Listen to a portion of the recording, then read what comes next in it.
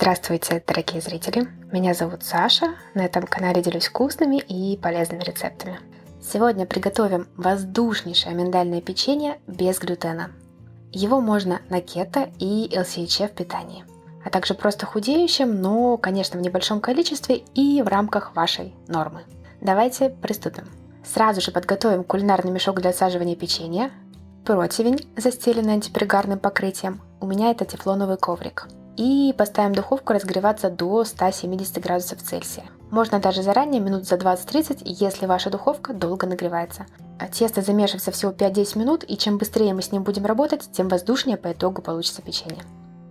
Для взбивания белки аккуратно отделяем от желтков. Следите, чтобы миска и венчик изначально были сухими и чистыми.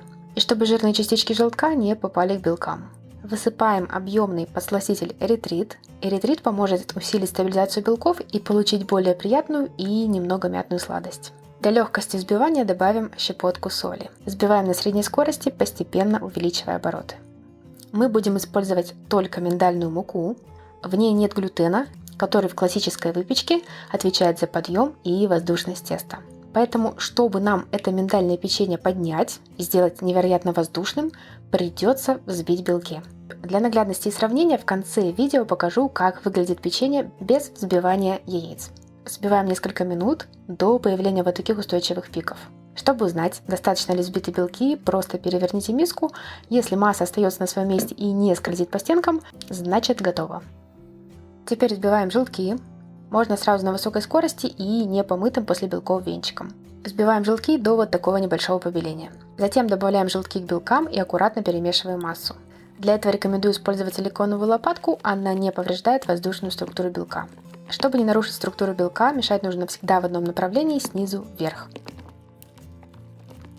Теперь небольшими порциями, в 3-4 подхода, добавляем к массе миндальную муку. Сразу все высыпать не нужно, это может лишить белки воздушности. Каждую порцию перемешиваем до однородности, также аккуратно и в одном направлении снизу вверх.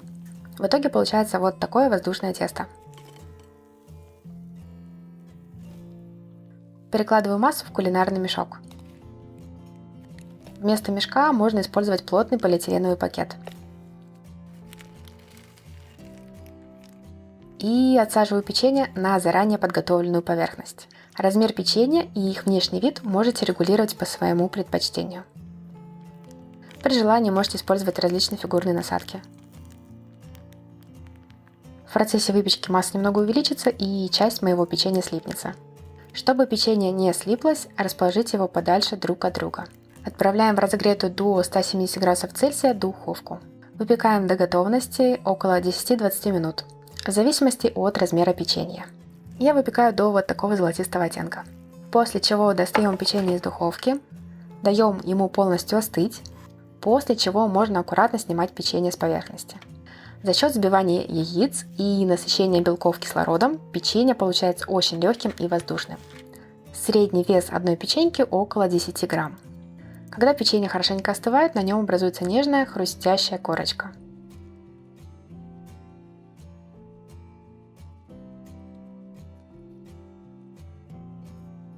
Сейчас для сравнения покажу печенье по такому же рецепту, но сделанное без взбивания яиц.